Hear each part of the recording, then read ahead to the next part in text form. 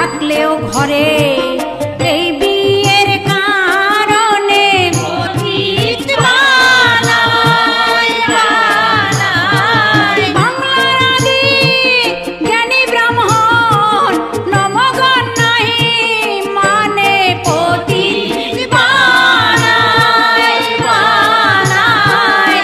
সকল ব্রাহ্মণ আসে খেতে, আসে না শুধু তারা পতিত বানায় বানায়। কুমন্ত্রণা দিতে থাকে ওই নতুন ব্রাহ্মণ যারা পতিত বানায় বানায়। বলে হে রাজন নম দ্বিজ গণ